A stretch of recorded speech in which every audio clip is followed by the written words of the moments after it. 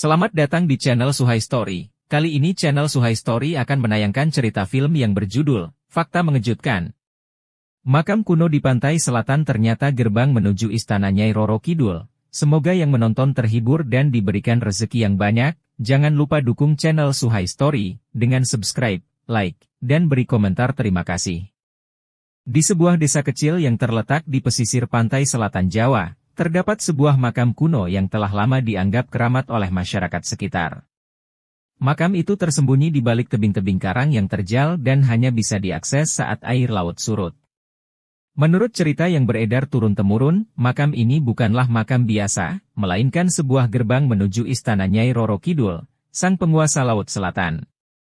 Bertahun-tahun yang lalu, ada seorang pemuda bernama Jaka Wulung yang terkenal karena keberaniannya. Ia mendengar desas-desus tentang makam kuno yang menyimpan misteri dan konon menjadi tempat bersemayam arwah para pelayan Nyai Roro Kidul. Penasaran dengan kebenaran cerita tersebut, Jaka Wulung memutuskan untuk menyelidiki makam itu meskipun telah diperingatkan oleh para tetua desa.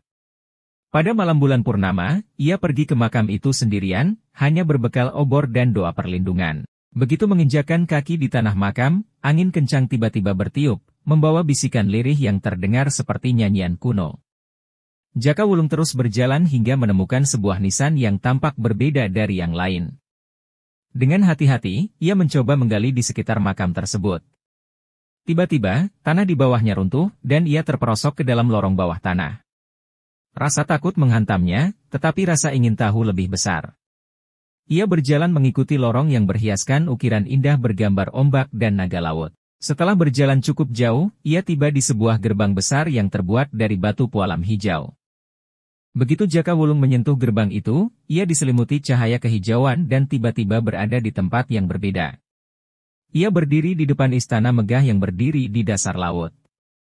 Dinding-dinding istana dihiasi mutiara berkilauan, sementara air laut mengalir di langit-langit seperti permadani hidup.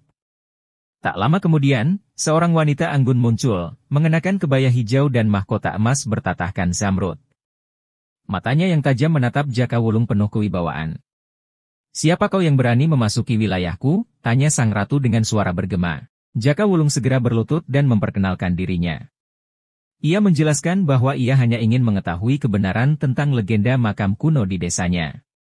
Nyai Roro Kidul tersenyum tipis. "Makam itu adalah perbatasan antara dunia manusia dan kerajaanku. Hanya mereka yang dipilih yang dapat melewati gerbang ini," ujarnya.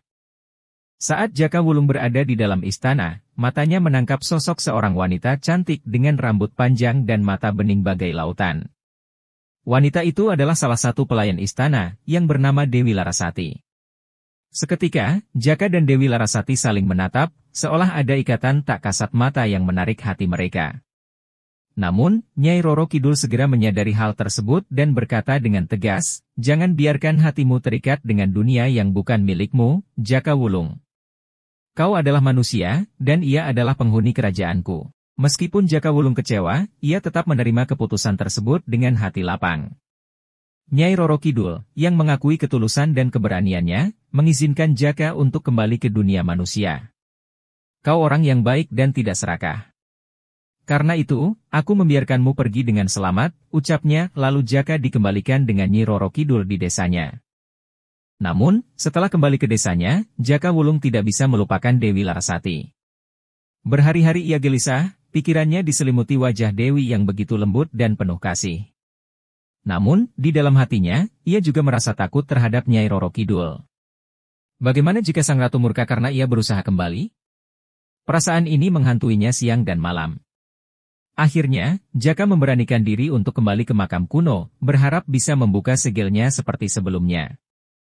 Namun, entah mengapa, makam itu tidak lagi memberikan jalan kepadanya. Ia mencoba berbagai cara, mengetuk nisan, mengucapkan doa, bahkan memanggil nama Dewi Larasati dengan penuh kerinduan. Namun, segel itu tetap tertutup rapat. Kebingungan dan kekecewaan menyelimutinya, membuatnya merasa hampa.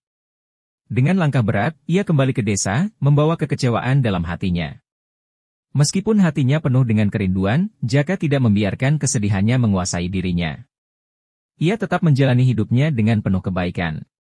Setiap hari, ia membantu masyarakat tanpa pamrih. Ia sering memberi makan anak-anak yatim, membantu orang-orang yang kesusahan, dan melindungi nelayan dari bahaya laut. Kebaikannya menyebar, dan namanya menjadi terkenal sebagai sosok yang dermawan dan penuh kasih.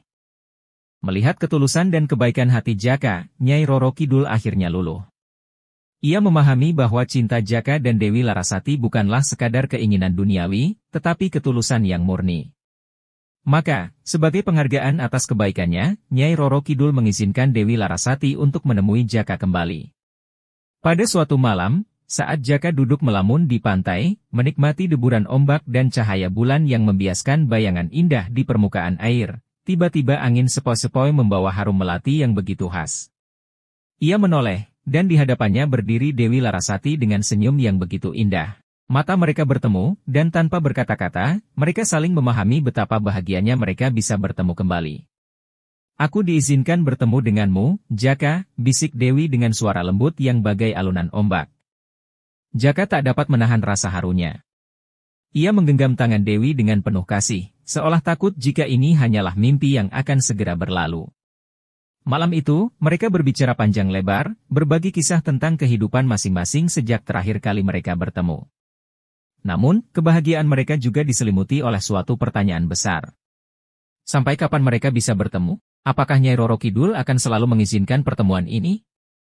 Ataukah suatu hari nanti Dewi Larasati harus kembali selamanya ke Istana Laut tanpa bisa lagi menemui Jaka?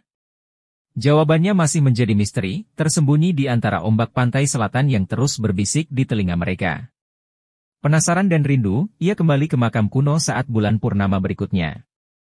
Keajaiban kembali terjadi, ia menemukan dirinya di istana bawah laut lagi, dan Dewi Larasati sudah menunggunya. Mereka berbicara lama, berbagi kisah tentang dunia masing-masing.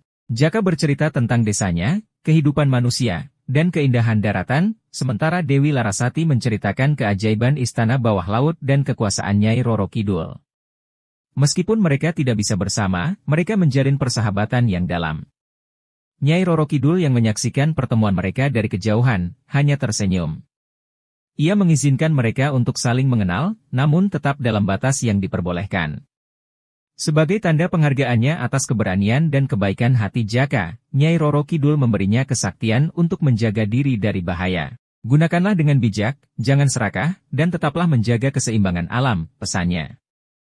Sejak saat itu, Jaka Wulung menjadi sosok yang disegani di desanya. Ia menjadi pelindung bagi para nelayan dan masyarakat sekitar, menggunakan kesaktiannya untuk menjaga mereka dari bahaya laut. Namun, meskipun waktu berlalu, Jaka Wulung tetap sesekali mengunjungi makam kuno itu saat bulan purnama. Tak ada yang tahu pasti apakah ia masih bertemu dengan Dewi Larasati atau tidak, tetapi konon, pada malam-malam tertentu, terdengar suara ombak yang berbisik nama Jaka di pantai selatan. Apakah suatu hari nanti Jaka Wulung akan memilih meninggalkan dunia manusia dan hidup bersama Dewi Larasati, ataukah ia akan tetap menjadi penjaga keseimbangan antara dua dunia? Hanya waktu yang bisa menjawab misteri ini. Begitulah cerita singkat yang berjudul, Fakta Mengejutkan, Makam Kuno di Pantai Selatan ternyata gerbang menuju Istana Nyai Roro Kidul. Semoga yang menonton terhibur, dan selalu diberi kebaikan. Jangan lupa dukung channel Suhai Story dengan subscribe, like, dan beri komentar. Terima kasih.